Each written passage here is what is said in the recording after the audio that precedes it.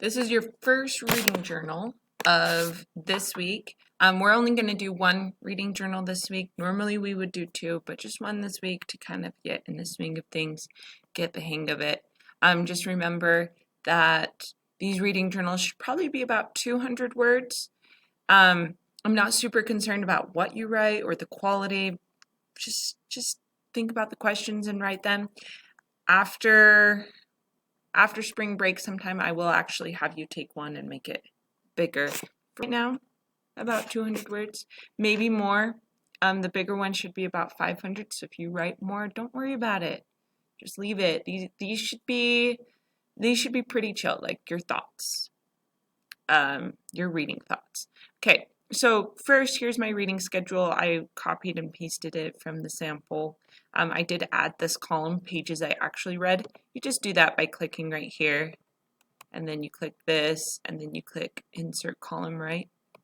I do that so I can track my reading, because you need to be able to track your reading, especially for the feedback log. It will be helpful if you've tracked your reading, so then you can point out, like, look, I became a better reader. I improved. Anywhere you can show improvement is a good plan.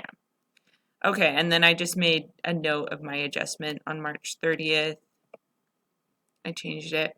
Okay, so reading journal number 1. I filled this in March 30th, 2020. It's on The Giver, Lois Lowry. The lesson focus for today will be the structure of narrative, specifically in the beginning. And then questions to ponder. So questions I'm going to think about I already thought about as I read was, what is the purpose of the structure of the beginning? Why do I learn the things I do in the beginning? What might this beginning show me about the theme or overall message of the story? So as I read, I'm going to go through and I'm going to look for things that would help me answer this. So I already did this process actually, so I'm going to explain it to you.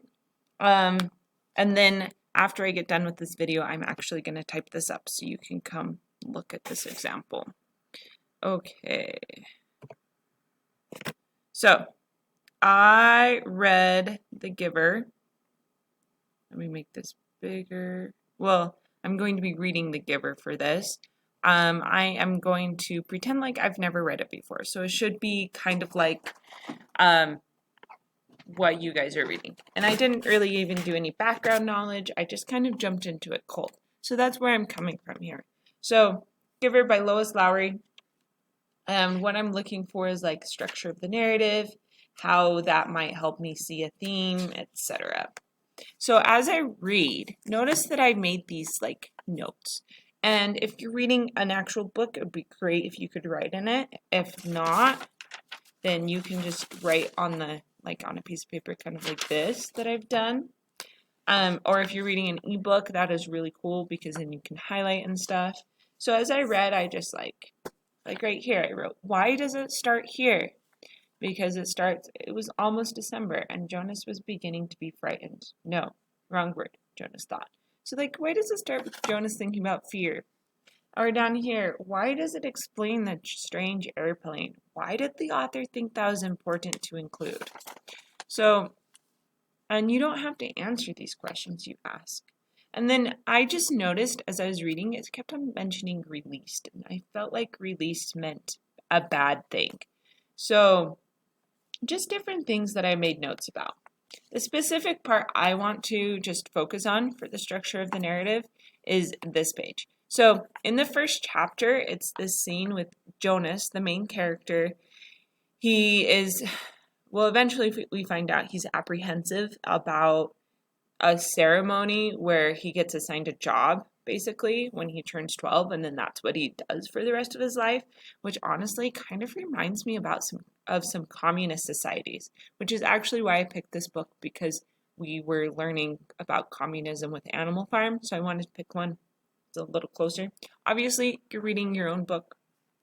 So anyway, so they have this this thing at the dinner table where they go around and they each talk about their feelings. And right here, right here it talks about the mother who works in law and justice. She's frightened for this one guy who's done something wrong for the third time, so he's going to be released, which I don't know what that means. It seems like released from the community, but why is that such a big deal?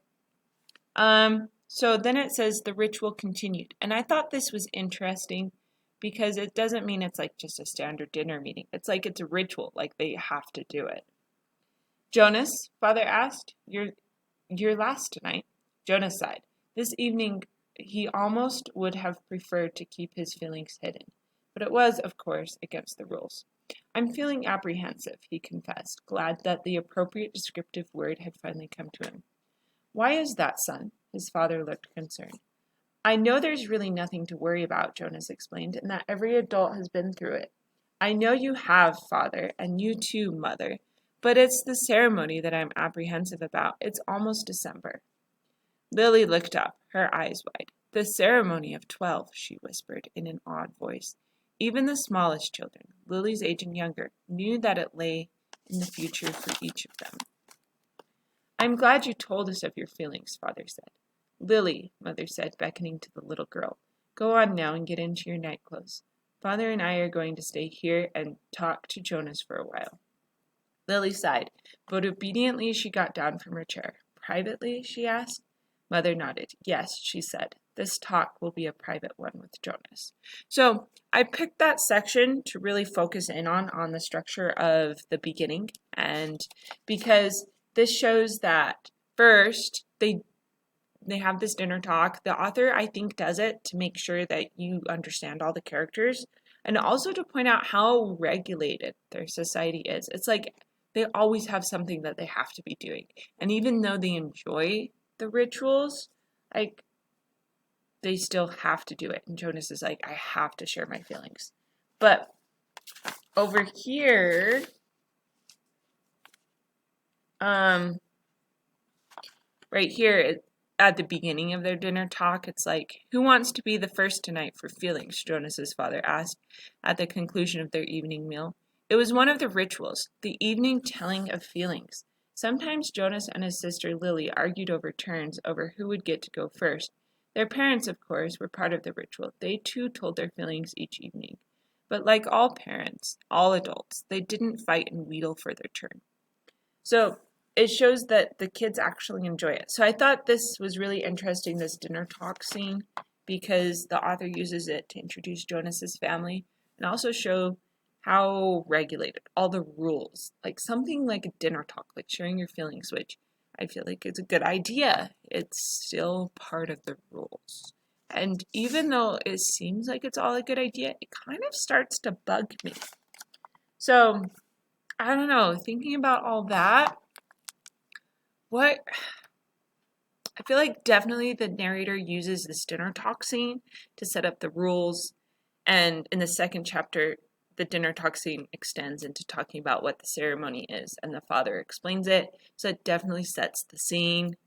As far as the meaning, I feel like there's going to be something about rules. Like maybe rules are a good thing, or rules are I don't feel like it's saying rules are a bad thing. It just kind of bothers me that there's so many rules and that it's like not a choice. I don't know. Like if rules are a good thing to make you do good things, are they a good thing? I'm gonna have to think about this. Yeah. Anyway, so I feel like maybe that's the meaning. Yeah. So that's all I'm looking for. You do something similar with your book. Read the beginning, look at what the author tells you in the beginning, and then look at how that might connect to the meaning of the novel. And maybe you're a really fast reader and you're going to read one book all in one day. So just talk about the beginning of that book and you'll be that far ahead of the rest of us because you'll already know the meaning. And next week you could do the journal entry on a different book. Just make sure you track it in your reading log. Let us know what's going on. Okay, have a good one. Good luck. Thanks for doing this. You all are awesome.